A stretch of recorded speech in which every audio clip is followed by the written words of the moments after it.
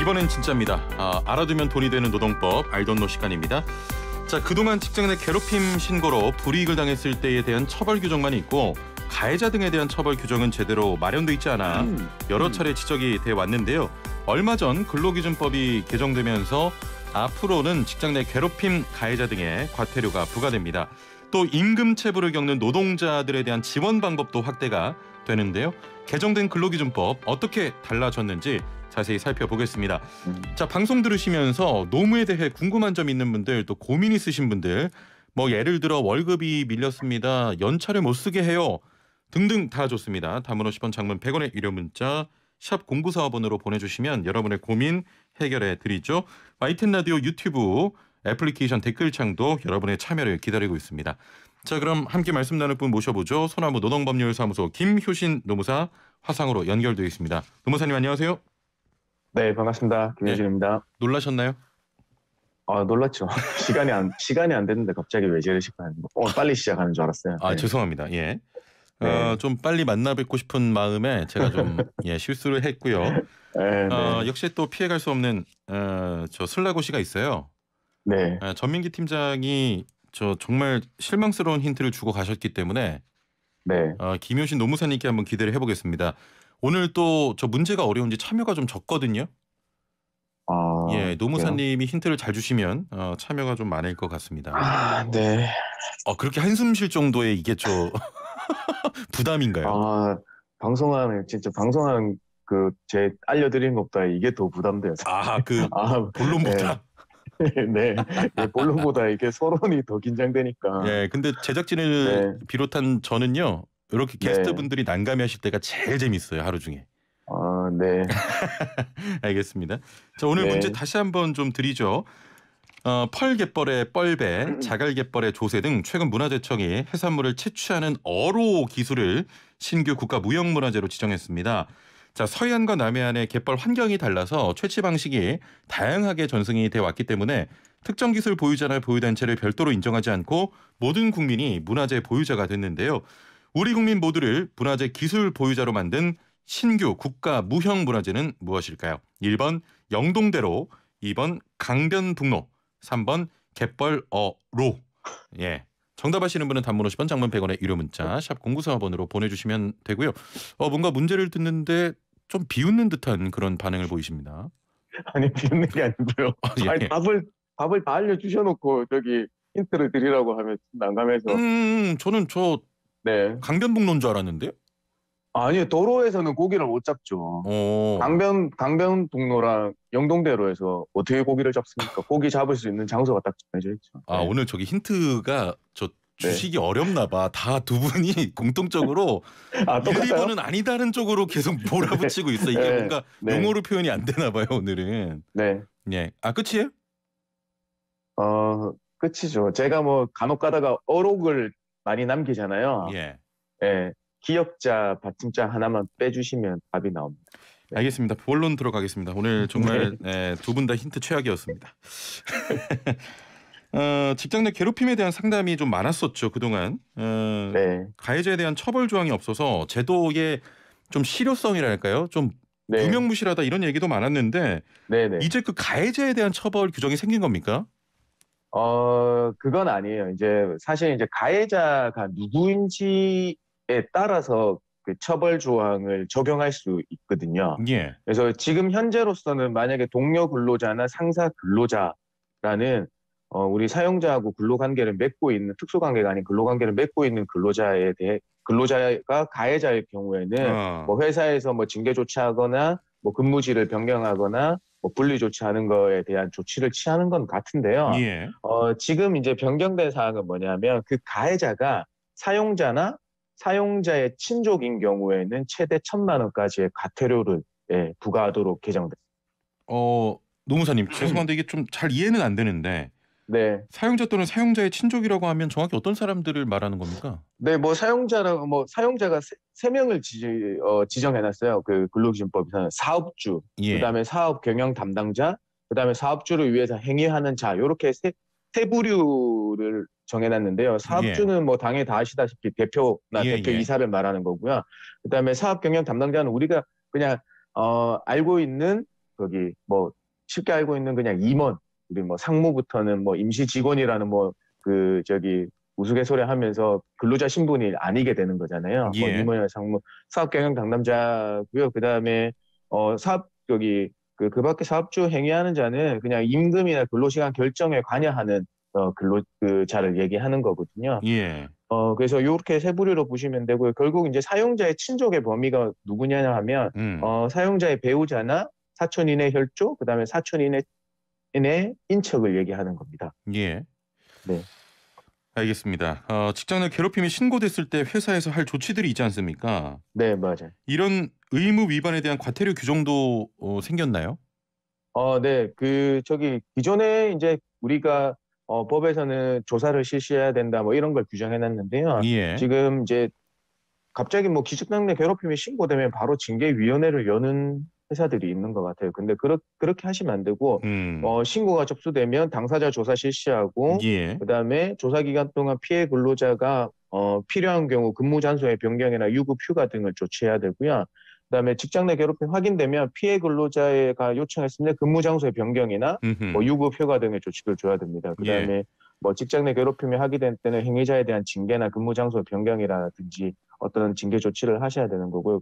그래서 이번에 추가된 거 새로 신설된 거는 뭐냐면 조사 과정에서 알게 된 비밀 누설 금지 조항이 예, 예. 신설됐어요. 비밀을 누설해서는 안 된다. 그래서 앞에 네 가지 정도는 기존에 있었던 거고요. 이거 하나가 추가되고 그동안에 이걸 안 했을 때는 예, 어떤 예. 과태료 조항이 없었던 거예요. 그래서 아. 이 조항들 철저히 조사하고 뭐 예. 필요 조치하는 걸 안 했을 때는 500만 원 이하 과태료 처분할 수 있도록 과태료 조항이 신설된 겁니다. 예.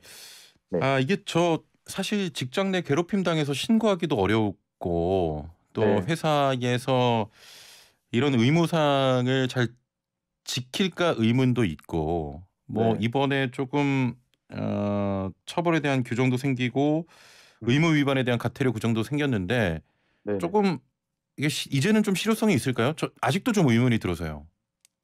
그렇죠. 뭐 이제 지금까지 원래 초기 단계였잖아. 한 2년이 지났습니다만 아직까지 예. 초기 단계인데요. 이게 지금처럼 어떤 과태료 시행설되고 뭐 비밀 누설 금지 조항도 들어가고 조금씩 바꾸고 나가는 과정이니까 예예. 기존에 우리가 처음보다는 지금이 좋아졌잖아요, 사실. 그렇습니다. 이번에 개정사항 알려드린 것처럼 예. 저는 뭐 그나마 실효성이 있다고 봐요. 그래서 객관적인 조사 실시하다고 하고 있으니까 그다음에 안 하면 과태료를 부과하도록 돼 있으니까 조금 예. 더 신경 써서 할 것 같거든요. 예예. 네. 그래서 알겠습니다. 좀 더 나아졌다 이 말씀드리겠습니다. 예. 지금 문자들이 좀 오고 있는데 네. 뭐 0630번님 정답 보내시면서 아기 간식 쥐어주고 몇 년 만에 라디오 좀 틀어봐요. 중간부터 들어서 DJ님 성함은 모르지만 저는 최형진 아나운서고요. 귀에 쏙쏙 잘 들리는 정보로 전달해 주니까 좋네요. 육아 중이라 매일은 아니겠지만 즐겨찾기 하고 종종 들으러 오겠습니다. 오늘도 좋은 하루 되세요라고 하셨는데 저도 이제 뭐 쌍둥이 태어난 지 한 4달 됐거든요. 네. 육아에 가장 좋은 프로그램 아닙니까? 이게 슬기로운 라디오 생활이. 육아 팁도 알려주시는 거예요? 아니 그건 없어요. 아, 그냥 다양한 생활 정보가 있으니까. 네, 생활 정보 전해드리니까 굉장히 좋죠. 네, 맞아요. 알겠습니다. 가급적이면 네. 좀 매일 들어주셨으면 좋겠습니다. 네. 네. 7333번님께서는 오늘 힌트 저는 너무 좋다고라고 하셨고요. 저 힌트가 좋다는 의견도 좀 있는데. 제 힌트가요? 예. 저랑은 전혀 생각이 다르네요. 네, 감사합니다. 네. 예. 1424번님 정답 보내시면서 출근하는 길에 버스 안에서 듣고 보냅니다. 재미있는 라디오 방송 감사합니다라고 하셨고 네. 몇 번 버스인지까지 보내주시면 저희가 또 선물 드리도록 하겠습니다. 자, 직장 내 괴롭힘 규정이 조금은 좀 정착이 되고 있는 것 같아서 좀 반갑고요. 네. 앞으로도 관련 소식 들어오는 대로 좀 전해주시면 감사하겠습니다. 네, 알겠습니다. 자, 임금체불로 고통받는 근로자에게 국가에서 지급하는 체당금 제도도 좀 바뀐다면서요? 네, 맞습니다. 예. 이 사실 이제 체당금 제도가 명칭이 바뀌었어요. 쉬운 명칭, 대지급금으로 바뀌었어요. 대지급금으로 바뀌었고요. 그다음에 체당금 제도에서 대지급금으로 바뀌었습니까? 네, 체당금이라는 게 사실 뭐 한자로 하면 바꿀채 뭐 이런 뭐 그런 되게 어려운 용어였는데요. 예. 대신 지급해 준다는 의미로 대지급금이라고 바뀐 거예요. 그다음에 네. 예. 그다음에 절차가 간소화됐고요. 그다음에 또 지급 대상 근로자가 조금 넓어졌습니다. 예. 왜냐하면 사실 이제껏 뭐 간이 대지급금, 소액 예전에 말씀드린 소액 체당금 같은 경우에는 퇴사자만 됐잖아요. 예. 그런데 이번에는 재직 근로자까지 임금 체불을 당하고 있는 재직 근로자까지 예, 간이 대지급금, 소액 체당금이 확대됐어요. 그런데 재직하시면서 죄송합니다. 재직하시면서 임금 체불을 당하신 분들이 다 해당되시는 건 아니고요. 예. 고용노동부에서 고시한 금액 미만이신 분을 기준으로 이제 선정이 되는데요. 예. 그게 이제 주 40시간, 1일 8시간, 일주 5일 40시간 일하시는 기준으로 월급 204만 728원 미만이시면 지금 임금 체불을 겪고 있으시다고 하면 노동부 신고를 통해서 어느 정도 임금 체불액을 받으실 수 있는 거예요. 아, 국가로. 그렇군요. 네네. 예. 한 가지만 더 여쭤보겠습니다. 퇴직 네. 근로자가 간이 대지급금을 청구할 때 법원에 확정 네. 판결이 있어야 가능했는데 이 부분도 개선돼야 된다는 지적들이 좀 있었잖아요. 네, 맞아요. 바뀌었습니까? 네, 바뀌었어요. 그래서 이게 법원에 확정 판결이 있어야 되니까 기존에 7개월, 많게는 7개월까지 걸렸거든요, 평균. 그런데 지금은 노동부에서 체불임금 등 사업주 확인서 가지고 발급되면 그거 가지고 우리 근로복지공단에 가서 신청하시면 돼요. 예. 근로복지공단 직접 가셔도 되고 인터넷이나 팩스로 신청하시면 됩니다. 그래서 평균 2개월 정도로 그 지급 시기까지 2개월 정도로 정말 5개월 단축됐다. 라고 생각하시면 됩니다. 알겠습니다. 자, 노무사님 저 상담이 좀 들어와서 상담으로 바로 이어가 볼게요. 네. 7894번님, 회사 재정이 어려운데 퇴직금을 한 번에 받을 수 있을지 걱정됩니다. 차일피일 미룰 것 같은데요. 퇴직금은 퇴직하고 언제 어떻게 받을 수가 있나요? 라고 하셨네요. 퇴직금은요, 원래 있던 지급기일의 연장 합의라는 게 없다면은 원래는 퇴사 후 14일 이내에 회사가 모든 금품을, 그러니까 우리 퇴사한 근로자한테 모든 금품을 청산을 해야 되는 거거든요. 그래서 14일 이내에 받으셔야 된다. 안 받으시면 결국에는 15일째 되는 날 노동부에 신고하셔야 된다. 이렇게 알려요. 15일째 되는 날까지도 안 들어오면 15일째에 신고를 하시면 되겠습니다. 네. 7924번님. 저도 가족들이 운영하는 회사 다니고 있는데 사장 아내가 아들 학교에 픽업하는 일 같은 개인적인 일을 비서처럼 막 시켜요라고 하셨네요. 네. 이것 좀 문제 있는 거 아니에요? 네, 문제 있는 거죠. 예. 왜냐하면 업무를 시켜야 되는데 회사 업무가 아닌 개인적인 일을 시키시는 거잖아요. 업무 범위 밖에 있는 거죠. 이 경우가 직장 내 괴롭힘에 포함되는 겁니까? 이거는 업무상 적정 범위를 넘어서는 행위는 당연한 거고요. 여기로 인해서 정신적, 신체적 고통 발생은 당연한 거고. 그다음에 지위의 우위, 뭐 사장님 와이프분인 거니까. 이 사장님 아내분이 회사에 등록이 돼 있는지 등재돼 있는지 직접 근무하시는지가 가장 중요한 요건이겠네요. 이번에 바뀐 소규모 어떤 가족 단위 운영하는 사업장 같은 경우는 신고하기가 굉장히 어렵잖아요. 신고하면 본인인 거 알 텐데. 그렇죠. 이게 만들어 놓긴 했는데요. 결국에 신고를 할 수 없는 이 현실의 문제점도 좀 있어요. 알겠습니다. 그러니까 결국에는 이제 퇴사하기 전에 모든 일이 일어나게 되는 것도 이런 것 때문에도 그래요. 그렇죠. 회사. 그래서 이제 괴롭힘 방지법 같은 게 정착이 돼서 인식을 바꿔야 됩니다. 이제는. 맞아요. 문화를 바꾸죠. 인식하고 문화를 바꾸죠. 그렇습니다. 전문가 다 되셨네 이제. 저도 이제 너무 저 몇 년을 했습니까 제가. 그래. 자, 0149번님. 자, 노무사님, 직장 상사가 업무 시간 외의 시간에 업무와 관련된 일로 부른다면 갑질에 해당됩니까? 라고 물어보셨네요. 업무 시간 외에? 업무 시간 외에 업무와 불렀대요. 관련된 거. 관련된 걸 업무 시간 외에 불렀다는 거죠. 업무 시간 외의 시간에 업무와 관련된 일로 불렀대요. 시간만 좀 업무 시간이 아닌 거죠.